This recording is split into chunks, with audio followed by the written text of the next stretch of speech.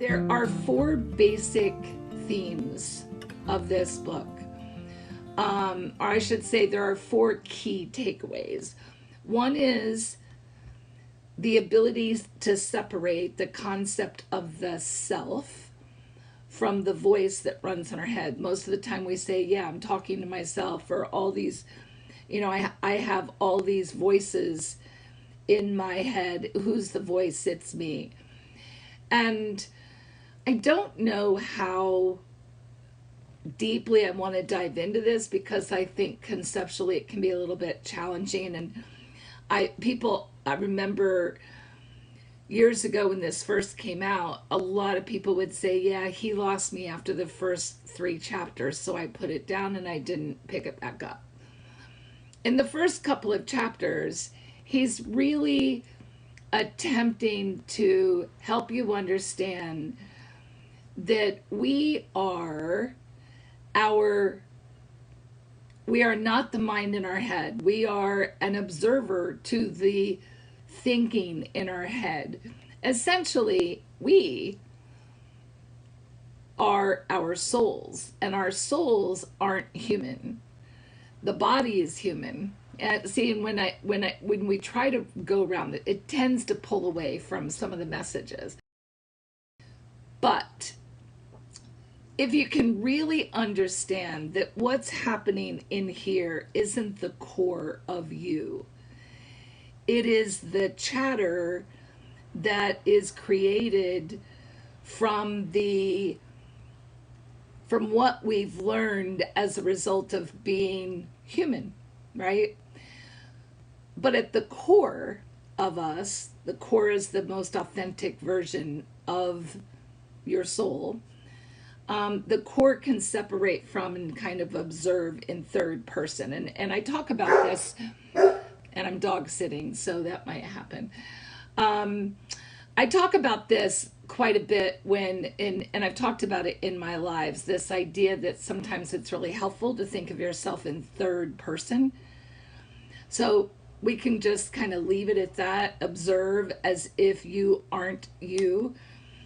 Because I think that concept of breaking apart from this thing we've always thought of ourselves as can be a barrier to other really important things in this book. So the second key takeaway is really understanding what is the impact of that inner voice, right? That inner voice, hi Robin, is constantly going.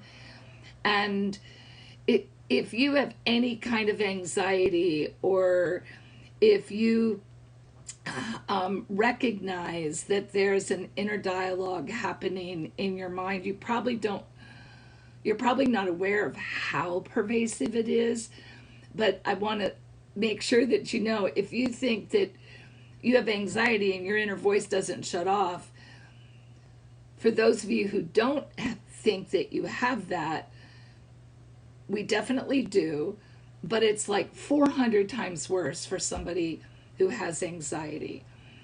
And then number 3, meditation is a tool. And I kind of talk ad nauseum about this.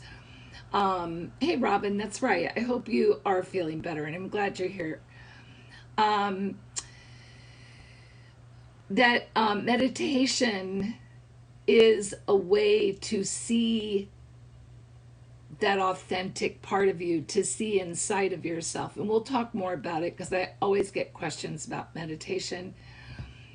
Number 4 is an awareness of our mortality. And it's so interesting, because that particular topic has been hot this week in my sessions. And for those of you who don't know me, I'm Leslyn.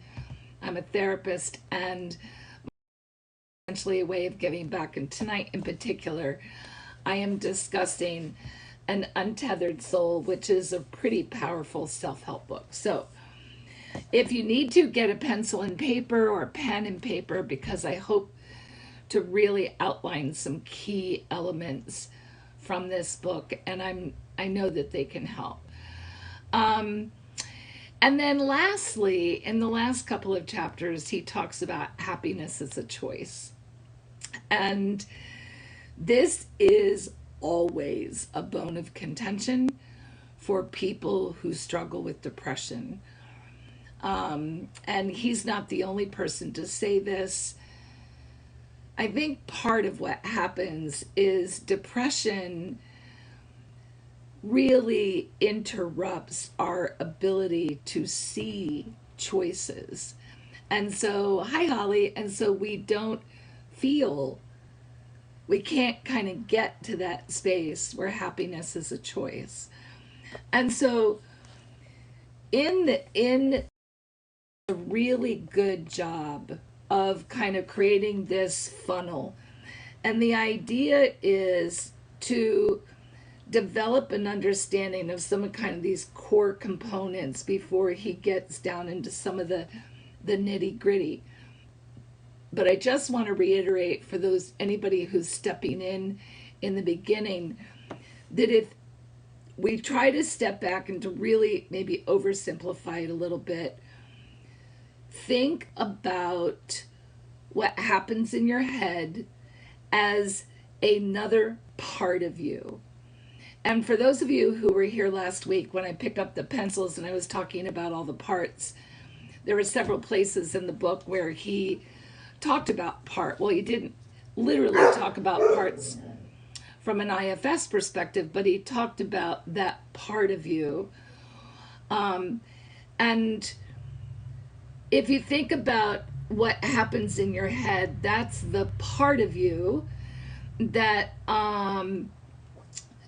yes, Ferb, he does talk about giving your inner voice a face. So I like thinking about that as a part of me separate from my spirit or my soul, my consciousness. Okay?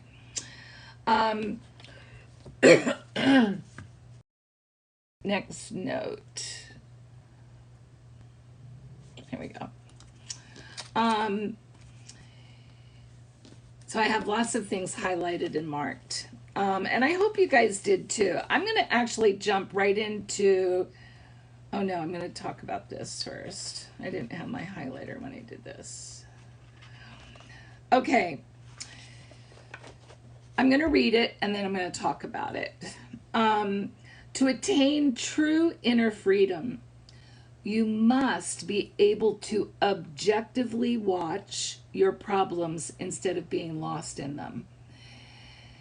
Now, this is really important because when he says objectively, and I say all the time, without judgment. If you say, well, that was stupid, that's not objective. If you say, I shouldn't have, that's not objective. You need to see the problem, see the behavior objectively. No solution can possibly exist while you are lost in the energy of a problem. And you know, as logical as that is, we don't go there usually, right? And I like to think of that I can only solve problems when I'm in the emotional or the energy black space. When I think of red and black, think about positive and negative numbers, right? And if you're ever done any kind of accounting, negative numbers are red, positive numbers are blue. You think about your portfolio and being in the red, or your credit card being in the red, it means you owe money. It's got a negative balance. And so from an energy standpoint, no problem is going to be solved in a place of red, right?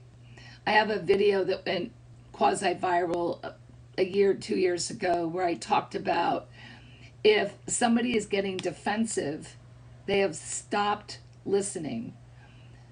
Being defensive is a representation of being in the red. And if you're in the red, you can't listen.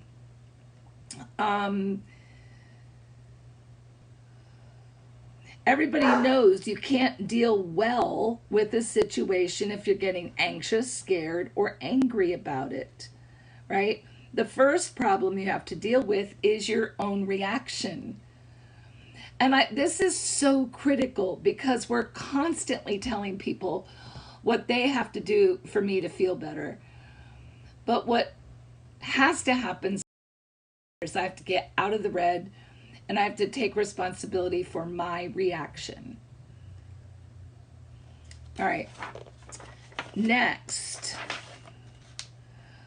This is at the end of chapter 2, the last paragraph. If you want to free yourself, you must first become conscious of your predicament. Okay? You first have to become conscious enough, to understand your predicament. This is why I say nothing changes without self-awareness, right? Nothing. You must become conscious enough of the predicament and an objective 360-degree view of your predicament. Then you must commit yourself to the inner work of freedom. Okay? Here he's talking about, he spends chapter 2 talking about thinking about your psyche as a roommate, which is another way to, when they said, somebody commented about putting, Holly, your daughter's missing. They found her cars. Oh no, Holly. I'm so sorry. Hi, Lisa. I'm sorry that you're having Holly. All right. When we talk about, anyway, I thought it was a great example, and if you got it, great. If not, just think of your psyche as a separate from your consciousness, right? All right, chapter 3, who are you? He spends a little bit of time, and it's, we don't spend enough time on this question. When people say, hey, tell me about yourself, who are you? We typically say, well, I'm a therapist, I live in Newark, I blah, blah, blah, blah. And he goes through this whole example, and he's like, that's not who you are, that's what you do and where you live. Who are you? And he has a point.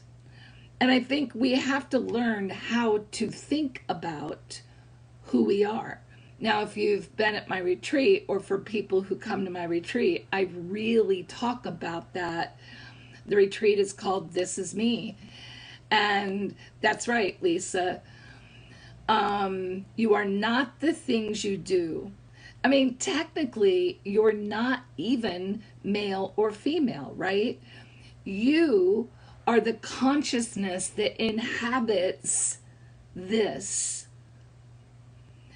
You inhabit the body of a male or a female.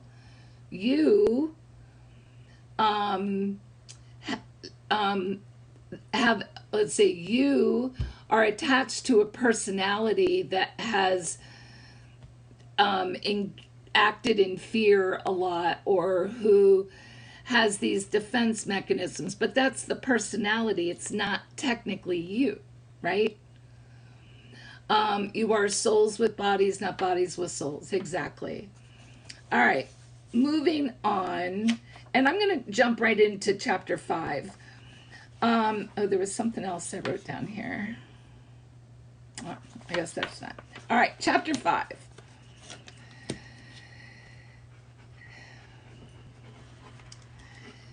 Here he starts talking about energy. And again, these are things that I have taught, spoken about. I teach my clients. And by the way, James Redfield in the Celestine Prophecy really goes into a lot more energy, or a lot more, a deeper dive into the energy that exists and how thought energy. So chapter 5, Michael Singer says, the truth is every movement of your body, every emotion you have, and every thought that passes through your mind is an expenditure of energy. I just want you to take that in for a minute. Every thought, every movement, every emotion, And we know this because it's part of our vernacular to say, I don't have the energy for this today, right? We feel it in our body. I don't have enough energy to deal with this. I don't want to spend the energy it takes to solve that problem or to have that conflict or to talk to that person. So we know this. But I think we need to be better. We can be better about consciously defining how we spend our energy and then communicate about that. It's not enough to say, I don't want to spend energy on that and then avoid, right? One of my daughter's dogs is quiet, never barks, like never barks. And she's little. She does jump a little bit, but she's just really calm. This daughter's dog barks, and he's huge, and he's a Bernese Mountain Dog, and he is so lovable, but he's huge, and he barks at every sound. And of course, I have the windows open because it's summertime all of a sudden. Anyway, that will probably happen on and off tonight.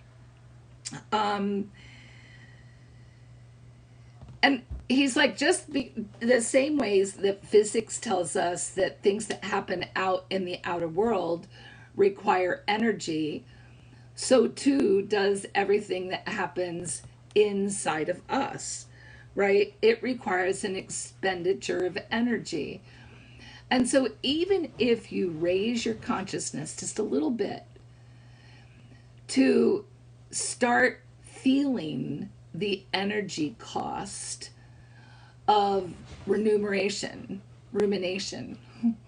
I have to really think about how to say that. Just feel the energy cost of rumination. And try, even though I know it's harder to do than it is for me to say, try to say, not today, I'm not spending energy on this today. Theoretically, if we constantly pay attention to turning off, hi Kathy, if we constantly, I'm going to say that again, if we constantly pay attention to turning off the energy flow, the thoughts have no choice but to dissipate, right? Yes, he talks a lot about energy, and he goes through, I think all of chapter 4 is about kind of the energy flowing through the body. And the heart becomes important, although, I mean, it becomes important because so much gets trapped here when we talk about the heart center. But if you have any experience with yoga, you know about the chakras and about energy flow. And I think that it becomes important to pay attention to energy when you start late as he moves on in the book, because we can open and close the chambers, or the, for lack of a better word, I'll say chambers that allow energy to move through our body, right?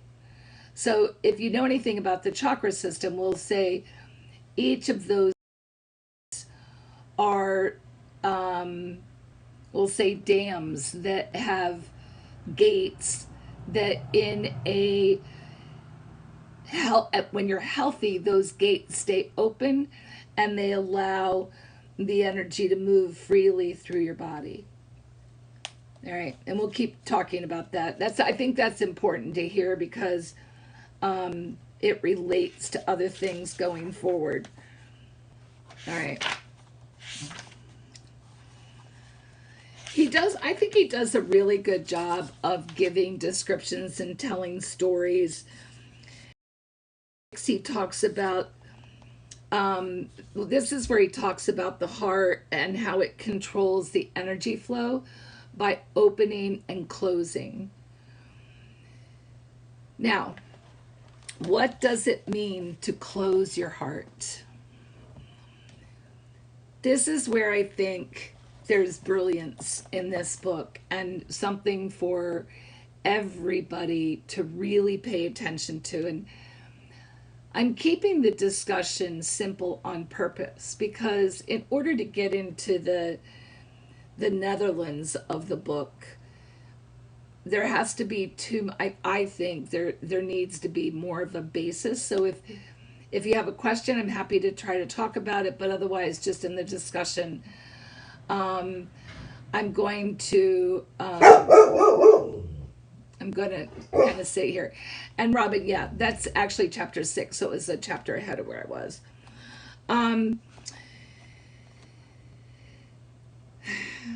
It says, what this means is that the heart is like a valve that can either allow the flow of energy to pass through, or it can restrict the flow of energy from passing through.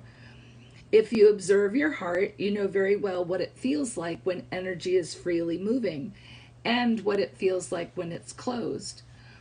So when a heart is closed, think back to a time when you knew your heart was closed, when you felt unwilling or unable to accept someone's apology, to extend kindness or consideration, to be open-minded, to offer somebody a second chance. Like, all of those things are examples of when our heart is closed. And as children, and very early, many times pre-speech children, we are practicing, we're starting to understand what it means to close our hearts.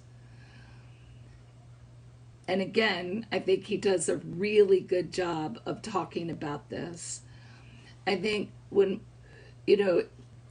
I talk a lot about survival, and we learn, again, pre-speech, what's acceptable and what's not for a lot of things, right? Don't touch that, don't go there, sit down, go to bed, whatever these cases are.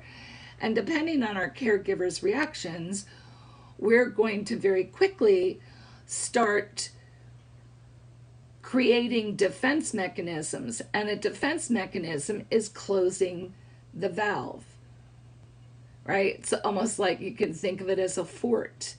You're building walls. That's your fort. If your walls are up, you're closed. If your fort is open, people can come in and out freely. So we learn how to protect ourselves. Hi, Nick. And protection is closed. We are closing our heart when we are protected. Probably the best example that he goes on to give, that I must have listened to it 4 times on this go around because I wanted to somewhat memorize it. And I'm going to vary it just a little, but let's imagine for a moment that you have a massive sliver in this really tender part of your hand. And it hurts like hell. And it hurts so much going in that you are not willing for somebody to pull it out, because if you just leave it alone, it doesn't hurt. But you know, if somebody pulls it out, it's going to hurt again like hell, and you don't want to feel that pain. So you decide to protect your hand, right? That was chapter 6, Lisa. You're cutting your whole hand off at this point. Hi, Riley. So good to know you're here. So you've got this sliver, and you are protecting your hand, right? Now, think about how much energy I am going to put into protecting this hand. Maybe I'm going to hold it up here and I'm going to stop using it, so I have to work with my right hand, right? Maybe I can't sleep the way I usually do because I'm afraid I'm going to roll over on it. Maybe I can't hug people that, I want to, because every time I hug them, it's like, ooh, don't touch my hand. And I become so focused on making sure that nobody touches my hand day after day after day after day. And as long as it doesn't get touched, I'm good. But the minute somebody comes up, maybe they don't know I have a sliver, and they touch my hand, I feel pain again. As a matter of fact, no matter how hard I protect my hand, hi Bella, I will eventually be bumping into something or forget it and move it. And every time I do, it's going to hurt. If I had pulled the sliver out right after it happened, it would have hurt. But then I would have stopped, and I would have spent energy, by the way. I would have spent maybe a lot of energy feeling the pain of that sliver. But then I don't have to protect it. I can hug whoever I want. I don't have to worry about getting hurt every time somebody comes close to me. And that analogy makes so much sense to me. And basically what he says is, we walk around, by the time we're adults, we have a collection of these things, right? He uses the term thorn, but either way, we have a collection of them. And we are walking through life going, ooh, don't touch, ooh, no, no, don't touch.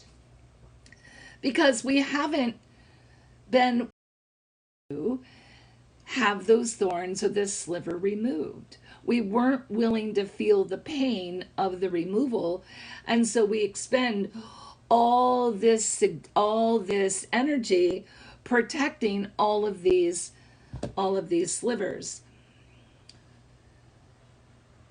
Yes, I mean, the idea that we always stay open, that's beautiful. As I was thinking about this conversation tonight, I thought, what does this look like in the real world? Right? Because I'm just thinking about my life, right? It's an ideal to always stay open. It takes so much courage to be willing to feel the pain. Now, he goes on, because I think that it just continues to elaborate on how being open is, in the long run, a much more effective strategy. All right.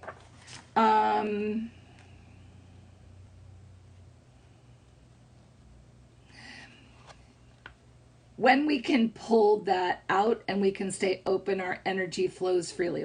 That's kind of the point that you need to to zero in on, that the goal is to allow the energy to flow freely, right?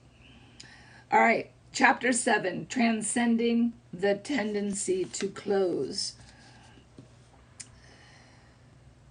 All right, so I talked about this a little bit.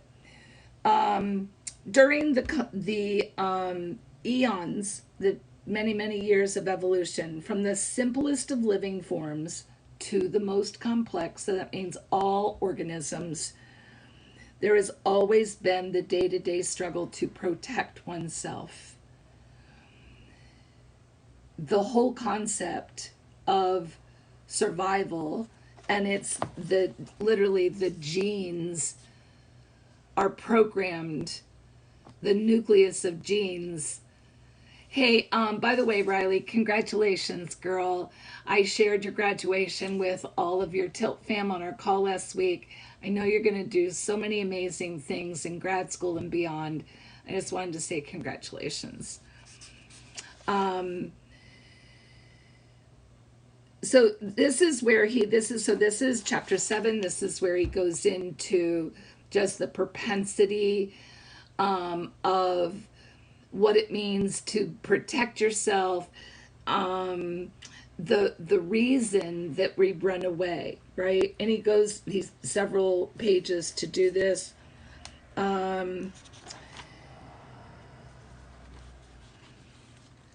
right. So he talks about how do we stay open. First thing, begin by seeing the tendency to defend and protect yourself. One of the things I teach in my practice very early on, especially when I'm doing couples work, is to pay attention to when you feel defensive. If we pay attention to when we feel defensive, that will teach us something about ourselves, right? It'll teach us where the sliver is. Why do I feel defensive? Well, I don't want to feel this pain. And by the way, again, by the time you're adults, you've collected so many slivers. Sometimes it's hard to identify which one hurts under which condition. And so when you feel defensive, pay close attention. That is going to teach you something about one of the pains. Eventually, you'll notice that closing, protecting yourself, takes tremendous work. Once you close, you have to make sure that what you protected doesn't get disturbed. I mean, I talked about that. And think about how many slivers you have, how many emotional slivers you have, and how much energy it takes to walk around the world protecting those emotional slivers.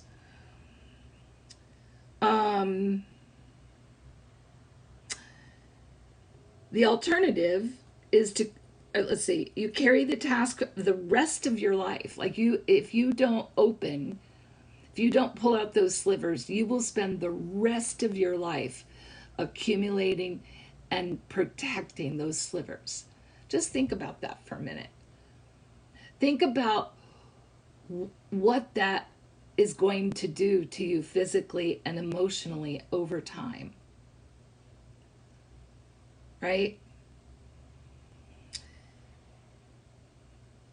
The alternative is to become conscious enough to simply watch that part of your being that is constantly trying to protect itself. So this is one of those areas when he's talking about parts. What part of me is trying to protect? What part of me is protecting, and what is it trying to protect? If you get nothing else out of this book, I think this is a thing to take away and to start paying attention to. What am I protecting?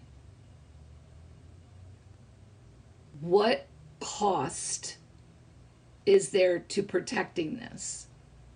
What is the cost? What am I protecting? Right? I think that's so critical.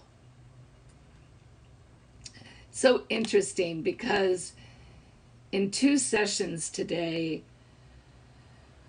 we identified that remember when I talked about the problem, that they were making the problem really wasn't the problem. It was something underlying, that it was an attitude about something was really the problem. And in one case, it was a young client who lost her father about 3 years ago. And long story short, she tried to erase her pain with alcohol, and that became very problematic. And now that she's sober, there's nothing to ease the pain. And she had a recent experience where she came in contact with some of his belongings, and she couldn't bring herself to discard them, even though they weren't worth keeping or donating. But she couldn't bring herself to let go. And the first thing that she thought of is, I need a drink. Because the drink is the the anesthesia for the pain when she touched that sliver, right? And so we talked a lot about just being willing to feel the pain. And in this case, and as with all grief, my strong feelings are that that pain is a representation of the love. And so if we don't feel it, then we're not honoring the love that we had. And you can't have the love if you're not going to honor the pain too. So we spent a lot of time talking about that, but it's exactly that kind of example. In another case, a client is having some health issues, and it's bringing up some mortality fears. But in their mind, thinking of mortality was way too big and too uncomfortable. So they started noticing all these other little things, almost like if they could take care of all these little slivers, then the big one wouldn't matter.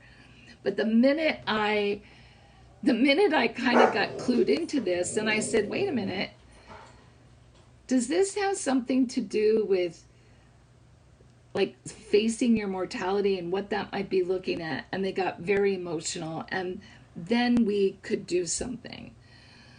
But it's such an interesting observation when you start looking at the thing that really hurts, because that's where the healing, that's what has to be open, right? All right. He talks about starting by watching and noticing the constant flow of people and situations that hit your everyday stuff. Notice that. What activates your defense mechanisms? Pay attention to identifying what it is exactly that you are protecting. Okay? All right, let's keep going here.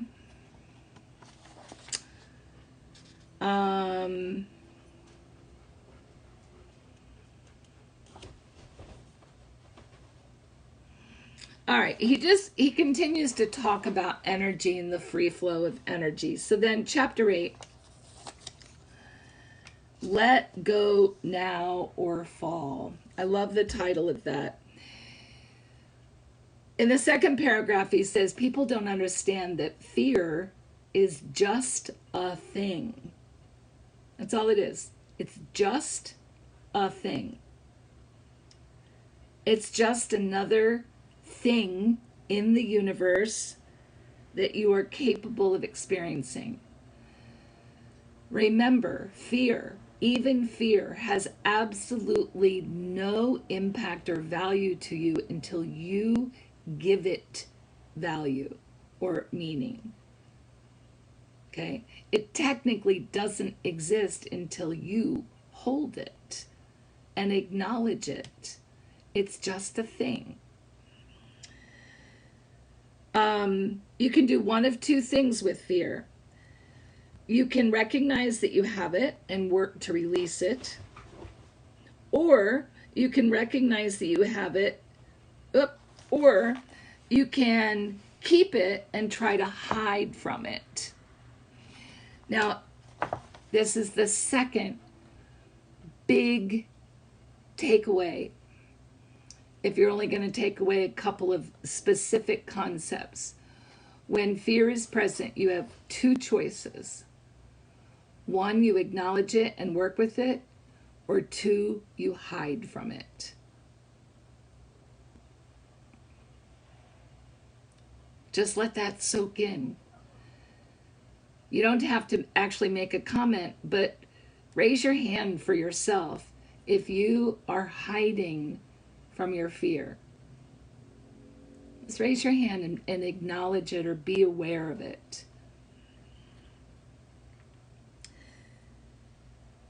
Because people don't try to deal with fear objectively, they don't understand it. And here again, objective is the key. if we're constantly criticizing, what's our instinct? If we're judging, if that part of ourselves that's up here not being objective, if we're criticizing, we're going to want to hide, right? You have to be objective in order to work with it. Find that it's interesting. Think about, just try to get to the fear objectively. Isn't that interesting? I'm afraid. Remember when I talk about Harlan, and if there's anybody in here who doesn't know who Harlan is, he was my most recent partner who passed away from colon cancer. And I lost my first husband, and I have abandonment issues, yada yada. And one day we had a fight, and he went to walk out the front door. I don't know where he was going or how long he intended to be gone, but I was in the living room, and as he walked out, I said, isn't it fascinating that the woman who's afraid of being left chose someone whose MO it is to run? And he stopped, and he turned around, and he came back around and sat down on the sofa, and he goes, what are we going to do about that?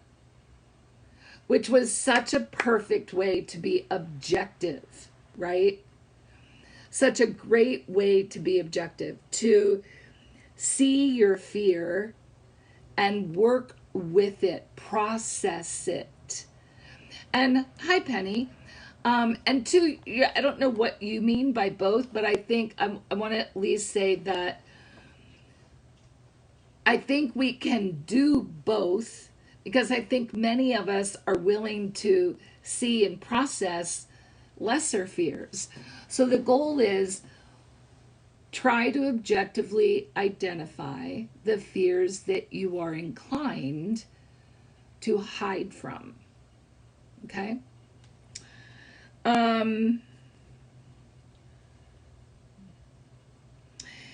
So people don't deal with fear objectively.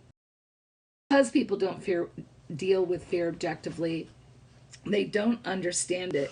They end up keeping their fear and trying to prevent things from happening that would stimulate it. This describes me in a nutshell with my children, right? My first husband died in an accident very suddenly, blah, blah, blah. And my fear is that anybody else that I loved was going to also have that problem.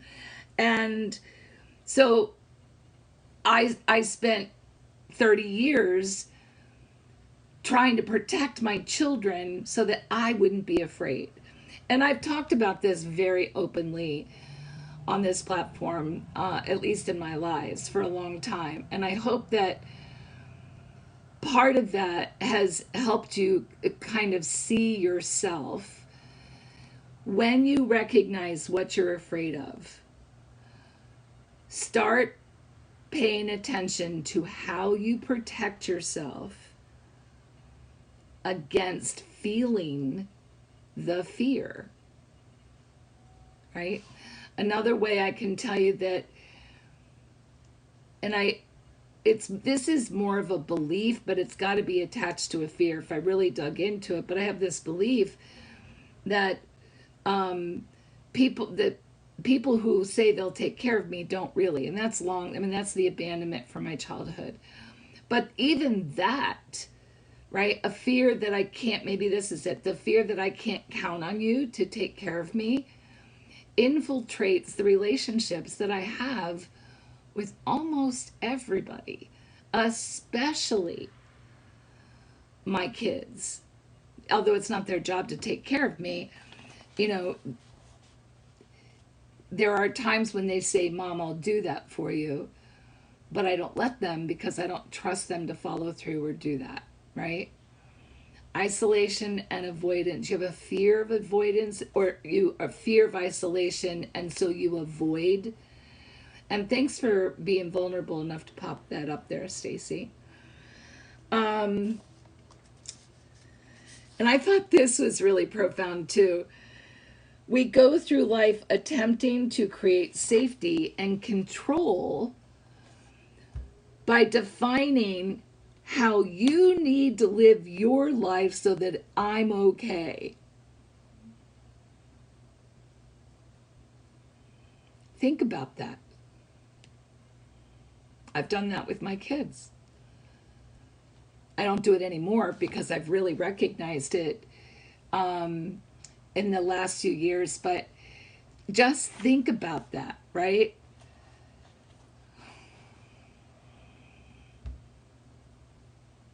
I know. I need to control and define how you live so that I feel safe. It's when you say it like that, it's just, it sounds so dysfunctional, right? And yet, hello, Stace Case. It sounds so dysfunctional, but at the end of the day, um, this is really part of what we do, and the nuance of this is really infiltrated into our daily living. I worked with a couple earlier tonight, and she said, "Well, you just should do that." And I said, "But wait. Where did that, who said so? Like, who said that you should do that?" And she's like, "Well, that's what I've always known." I said, "Okay, that's great. Is it a rule, or is it a law? Like, I want to know what's your thought process about this is something everybody should do." And we got down to, well, that's how I feel safe. Aha. Aha. That's how I feel safe. When and he talks about this, that's when I can predict, right? And if I can predict what's going to happen, if we have this kind of general understanding of what everybody should do, then I'm able to predict. And when I can predict, I don't have to live with uncertainty. And when you don't do what I think you should do, or what, if y'all don't do what I think you should do, then it throws the essence of my reality into a tailspin, right? Because I didn't predict this, and I wasn't prepared for that. Do you see how intriguing this whole thing is? When you really get to the place where you are being this introspective, it's like the growth becomes so powerful. And, by the way, it might hurt a lot, but but it hurts because you're allowing the energy that's been stored, you're pulling out all those slivers. Another point that he makes in this book that I hope you will all write down is that pain, to include emotional pain, is temporary when you allow it to flow through you. It is temporary. How many of you today feel the pain of contracting and laboring if you have children? You don't, because it was temporary. I had a hip replacement 2.5 years ago. It doesn't hurt today. The pain was temporary. Harlan died. Rocky died. I was talking about him today. It was 39 years ago in March that Rocky died, which blows my mind. And the pain of that experience isn't what it was. That pain was temporary. right? My kids have hurt my feelings a million times, but the pain that I felt, I don't remember it. It was temporary. It doesn't matter if I remember it or not, right? What matter, and of course I remember it.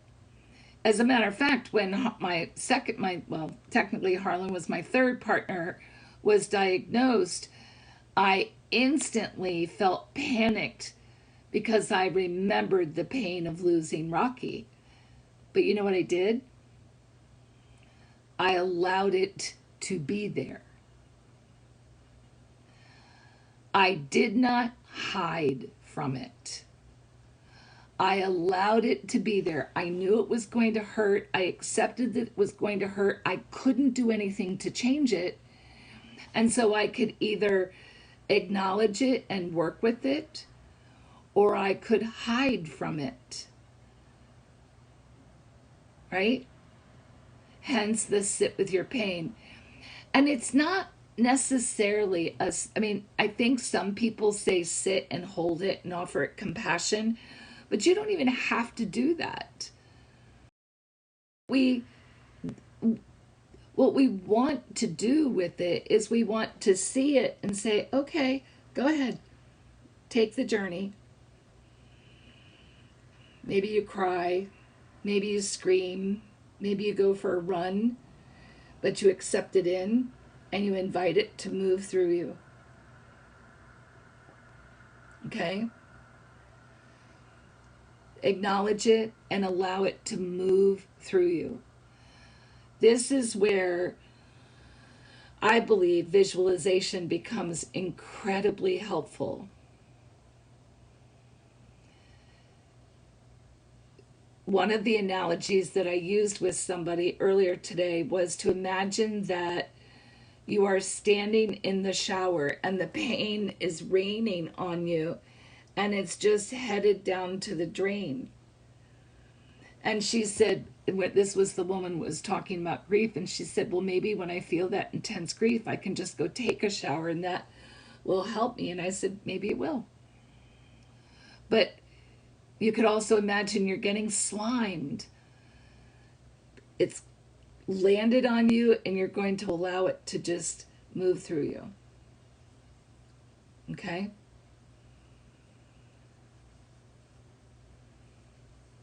Okay. Okay. Fear, this is page 73 if you're in the book. Fear is caused by blockages in the flow of your energy. You know, Penny, I want to strongly recommend this book. Get it, read it, highlight it, practice it. I believe there's a journal that comes with it. Okay? Practice it. You don't have to be that way.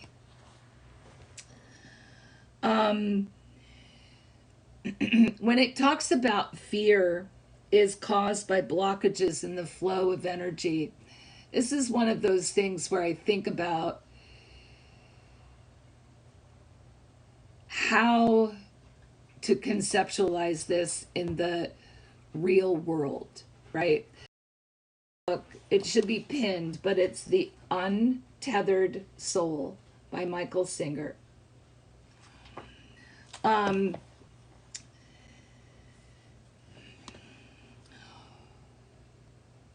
When we're afraid, I can't say that I let go of my fear when Harlan got diagnosed and I knew the pain was coming. I would tell you that I simply acknowledged the fear every time it showed up and asked it to move through me. I felt it, I acknowledged it. I think when we don't acknowledge it, that's when we block the flow of energy. I don't think that it's rational, at least not my experience, to say that fear isn't going to pop up. It's what we do with the fear I think, that blocks the energy. So in the next page, he goes, you simply permit the pain to come up into your heart and pass through. And he says, if you're sincerely seeking truth, you'll let it go every time. Pain is temporary. So you can hold it. I should say, maybe you can think about it this way. If you hold it, it stays activated.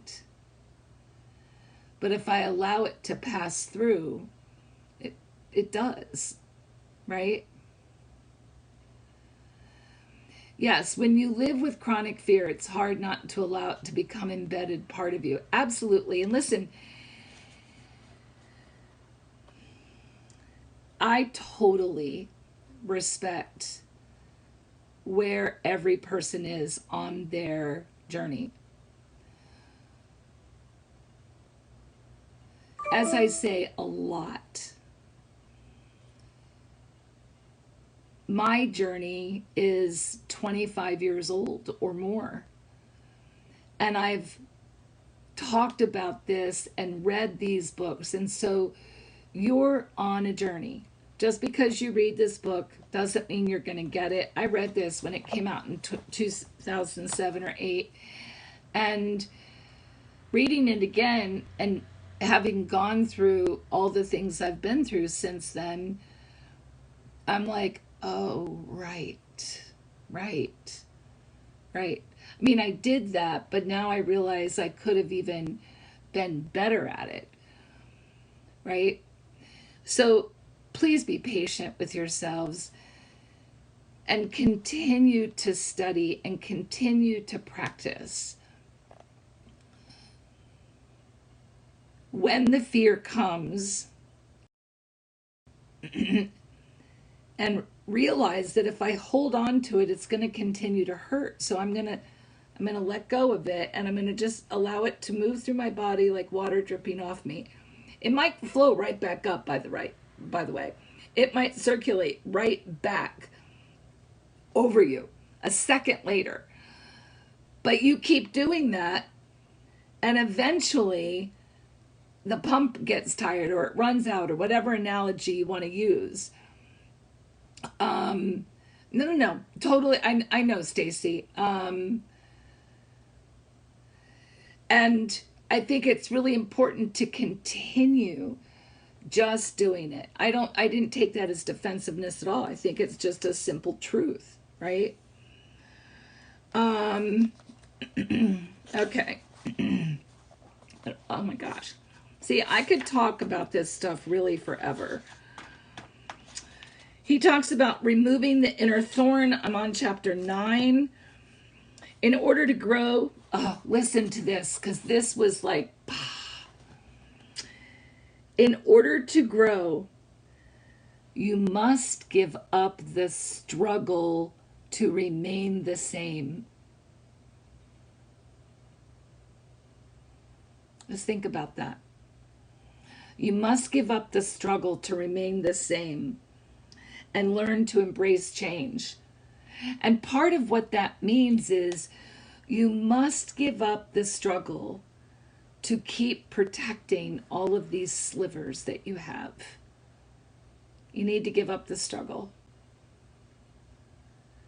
Now, undoubtedly, that means that they may start coming out and it's going to hurt, and some you want to be careful. I think I want to tell you that it's prudent not to take them all out at once, but to slowly uncover them and pull them out and allow that to feel, right?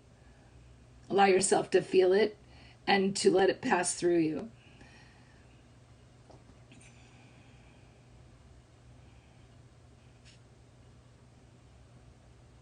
How many of you,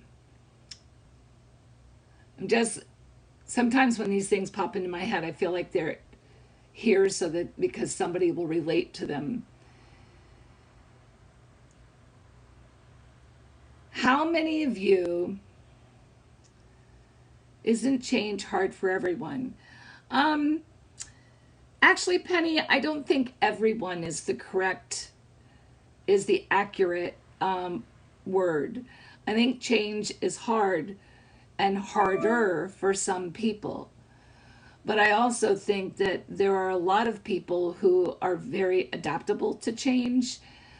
Um, Personally, I'm pretty comfortable with change.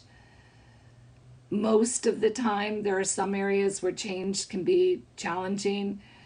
Um, but generally speaking, I think change, the not accepting change is exactly what it's in order to grow, you must give up the struggle to remain the same. I think that if you are hell bent on keeping things the way they are, because that's, then yes, change is going to be terrifying because there's a risk that you won't feel safe. But safety doesn't come from outside. That's a societal misnomer. Safety happens inside. And so at the end of the day,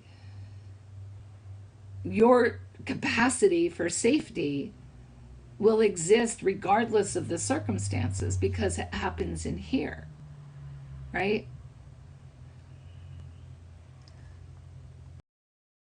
One of the most important areas requiring change is how we solve our personal problems.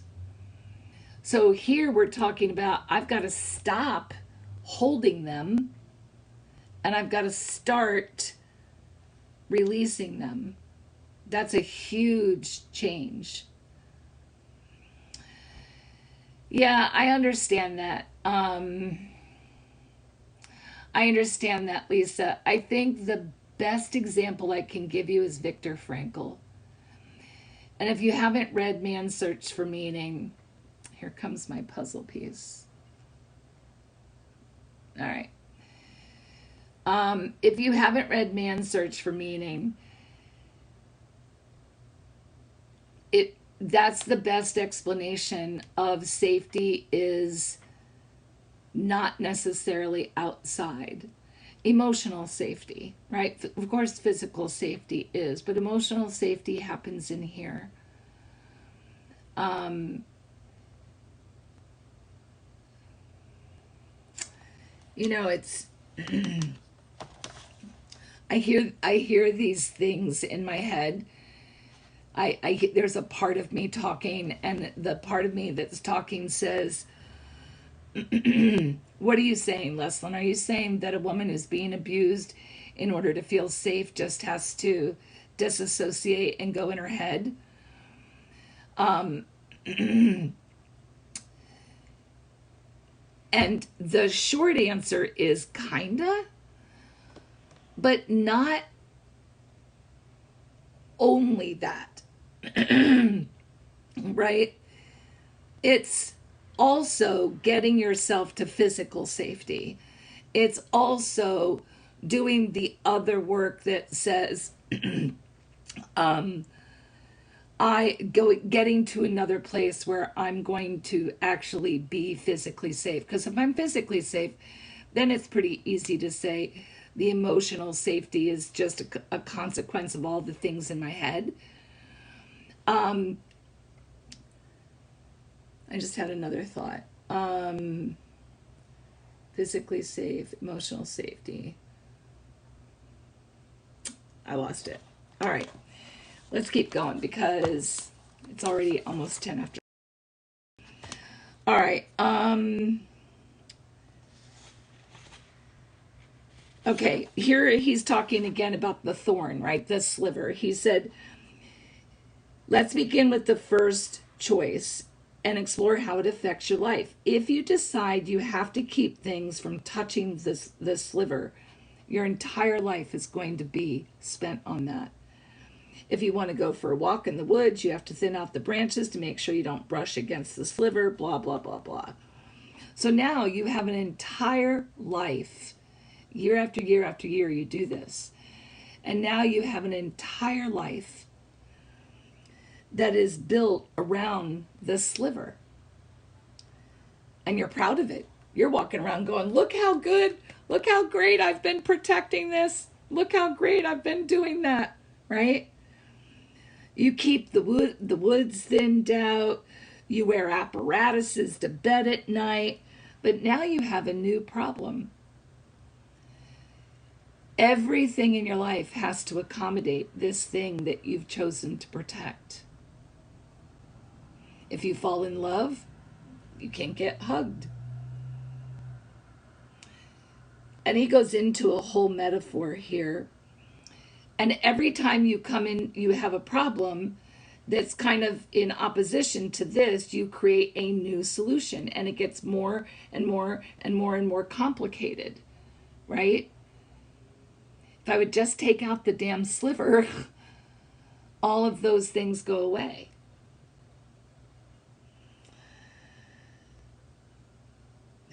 He goes on, and this is on page like 81 and 82. Read through this and really pay attention with this kind of expanded awareness. Really pay attention to what he's saying here. When we hold on to those things, when we, and go back to this term, when we demand that everything stays the same, every time something around us changes, we have to accommodate that without impacting this inner thing that we're not willing to change. Until at some point, our life just doesn't have a shape at all.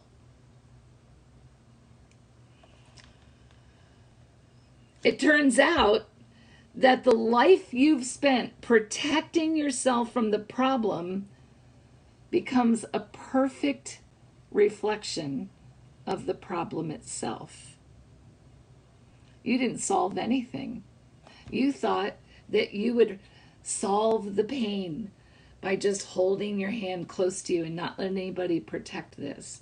But you didn't solve anything, because this created a plethora of other problems as life unfolded, and you had to reinvent ways to keep this protected.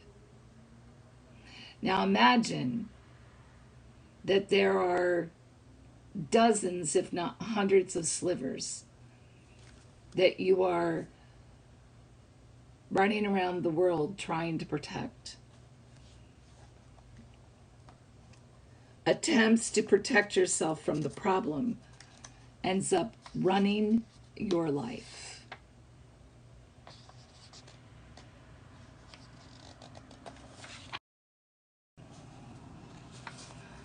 All right. Moving on. What chapter is this? Chapter 10.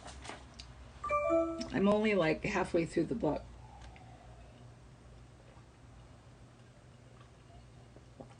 Okay.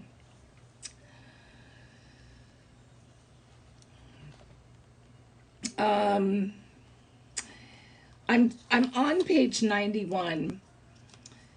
And he talks about to end your suffering, you must first realize that your psyche is not okay, right? Hi, Trisha. I'm so sorry. I don't know if I can really go on. We are talking about the untethered soul. And I was on chapter 9, and we're talking about how if we, and this is a metaphor, if we get a sliver and we don't want to pull it out because it's going to hurt too much, then we try to protect it. And we spend, in this case, I was talking about how much time and energy we spend trying to accommodate, protect the protection mechanism for this sliver, when if we had just pulled it out from the very beginning, if we had allowed that pain to move through us, if we had accepted the pain of pulling it out, we wouldn't spend our life protecting it. All right, so again, we're on page 91, and we're talking about, so I'm going to read this again. To end the suffering, you must first realize that your psyche is not okay. You must then acknowledge that it does not have to be that way. And I understand, I can hear you, Lisa, in my mind saying, Well, then how do we make it any different? Like, if it doesn't have to be this way, I don't want it to be this way. What do I need to do? It is truly a gift just to realize that you don't have to put up with or protect your psyche. You don't have to constantly be mulling over what you said to this person, what that person thinks of you, what kind of a life you are going to have if you worry about these things all the time. You know,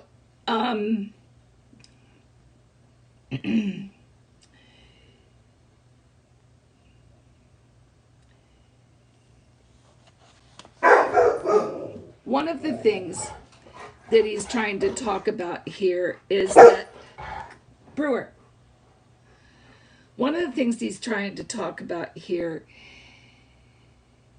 is that if we tell, again, I'm going to go back to this sliver, right? If we are constantly telling our psyche, don't let anybody touch that, don't move your hand that way, don't reach for things left-handed, don't, whatever the case may be, right? Don't hug people, don't, whatever it is, you have just overloaded your to the extent that it's painful, right? He in this chapter he equates it to the way you get a stomach ache if you overeat. We actually overload our brain by making it responsible for protecting so many things. Just stop for a minute and see what you have given to your mind, right? See what you have given your mind to do. You said to your mind, and he goes on, I want everybody to like me. I don't want anybody to speak badly of me. I want everything I say and to do to be acceptable and pleasing to everyone. I don't want anyone to hurt me. I don't want anything to happen to me and I don't like, and I want everything to happen to me that I do like. Now, figure out how to make that a reality. Think about that for a minute. When I was reading this, I'm like, yeah, how many of us do this, right? If you think about it, if I want everyone to like me, that's a sliver. People, what if people don't like me? Now there's a sliver here, and my brain is now in charge of making sure that everything I say and do will result in everybody liking me. Pulling this sliver out is accepting that not everyone will like me. Now, if I pull this liver out, that might hurt. And it might hurt when I realize that not everybody likes me. But I have just released my brain from the responsibility of doing everything it can to direct me to behave in a way that everybody will like me. Is this making sense? I don't want anybody to speak badly of me. So now I've given my brain the additional responsibility of making sure that it listens to everything everybody says and to defend myself against that. When taking the sliver out would be, I don't have control over what people say about me. And when somebody says something about me, I'm going to realize I had no control over that. And I'm going to allow the pain of that to move in and out the way the shower rolls across my head, etc., etc., etc.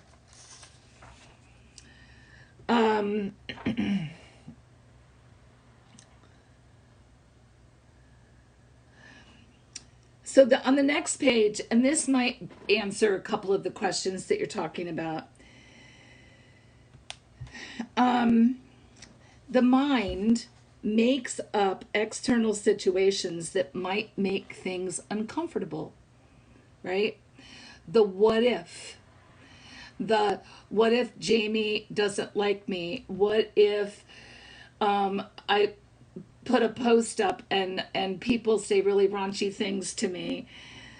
Blah blah blah blah. The external situations are not the cause of the problem, right? The person talking badly, they don't cause the problem. The problem was there to begin with.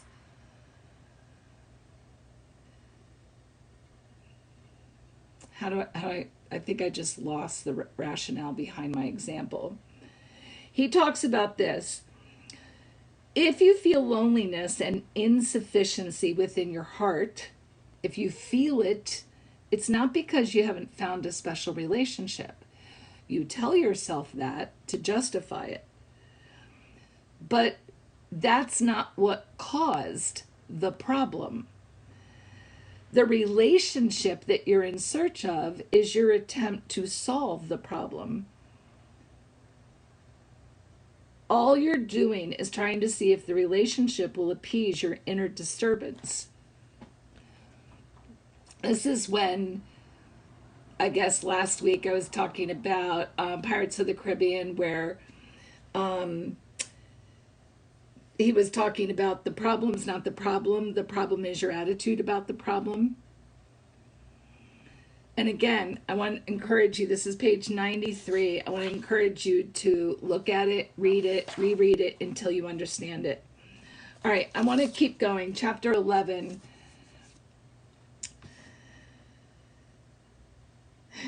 I've said this 100 times tonight. The transformation happens when you make peace with the pain. It's on page 99. The transformation, peace with the pain. Change involves challenging what is familiar and daring to question our traditional needs for safety, comfort, and control. It is uncomfortable if control is the thing that you have created in your life so that you feel safe. Letting go of control is uncomfortable and maybe even painful, but it is the only way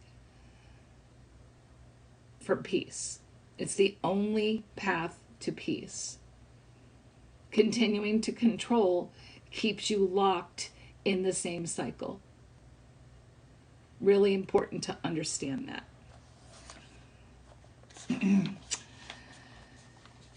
The psyche is built on avoiding the pain, and as a result, it has fear of pain as a foundation. We're getting a little redundant here, but you will come to see that any behavior pattern which is based on the avoidance of pain becomes a doorway to the pain itself. What if the pain keeps coming every day? Then every single day, ideally, we're talking emotional pain here, every single day you let go of it. Now, you missed part of the earlier conversation, which is fine. And by the way, I'll try to get this up on YouTube before I head out of town. So if you missed it, you can go to my YouTube channel. I'll try to get the whole entire conversation up there so that you can kind of start at the beginning and get the entirety of the discussion. He goes, one might suggest that everything we do is in the pursuit of avoiding pain. And then he goes on, if you really want peace, you must learn not to be afraid of the inner pain and disturbance. As long as you're afraid of the pain, you're going to try to protect yourself. That's what fear does. Right? That's what fear does. As long as you're afraid of the pain. And Bonnie, when I talked about going to chapter 11 and reading that, it was literally going to that place of every time the truck drives by, right? You must learn not to be afraid of the pain and to just, there goes the truck. No judgment. And if you feel something, you're like, yep, go on, go on, go on. And Just Bread, maybe not this one, but I would strongly recommend, Lordy, it just left my brain. The New Codependency. Okay? The New Codependency.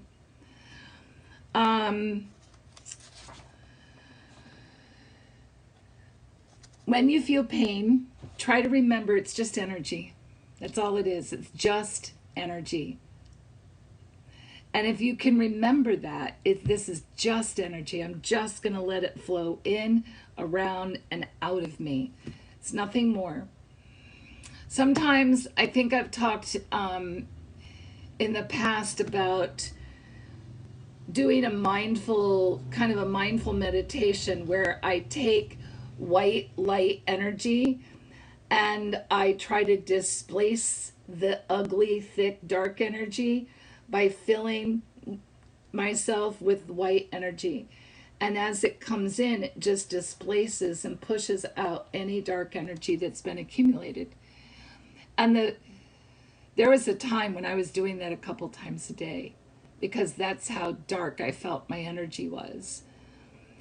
And I always felt better, right?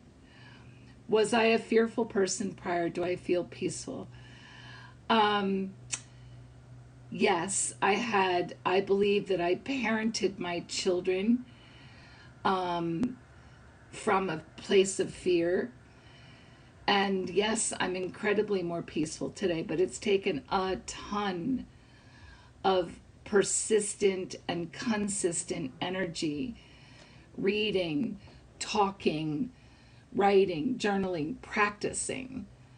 It's not something that you just do, okay? And when I stop, the fear can come back because it's that automatic. Our brains are wired to protect ourselves. And if we don't learn how to see that fear is just energy and something that's going to come in and go out, we don't connect to the idea that pain is just temporary.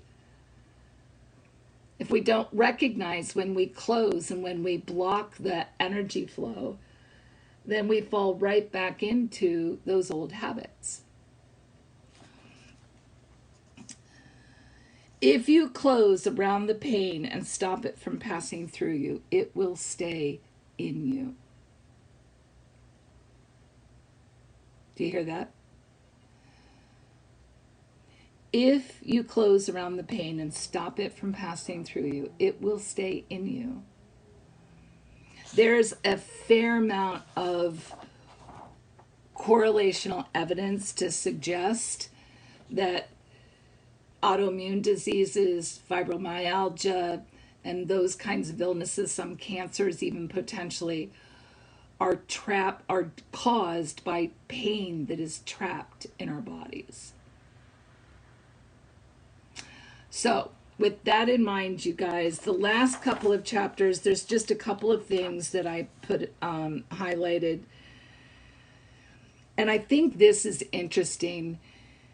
This is on page 121. We are constantly trying to hold everything together. If you really want to understand why you do something, don't do it and see what happens up here.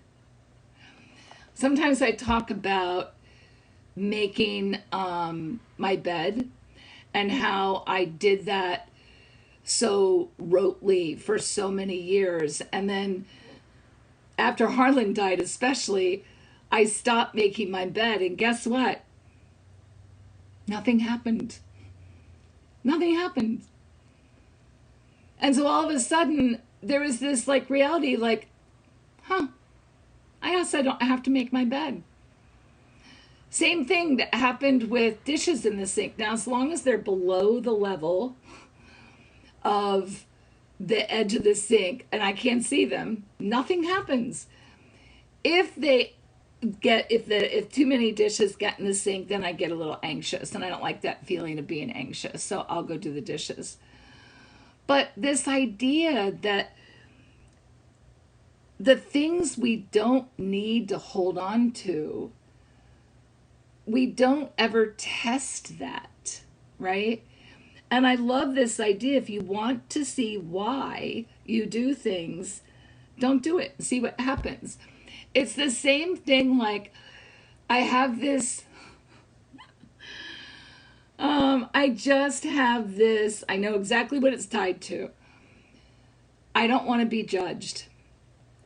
And so if I'm going to get up on a Saturday morning and go to Home Depot, it is incredibly hard for me just to brush my hair, wipe off the mascara, and go. Harlan would go in his pajamas. He did not give a crap. But I usually needed to shower, put on some mascara, not wear my leggings. And I've slowly but surely been realizing that none of that matters, that anybody who's going to judge me, I don't really care because I don't know them. I don't go there that often. Like, it is really this thing that I'm letting go of over and over again. So it's such an interesting experience when you become aware of these things. And I cannot recommend enough that you take that advice also. And I think this is the last note I have.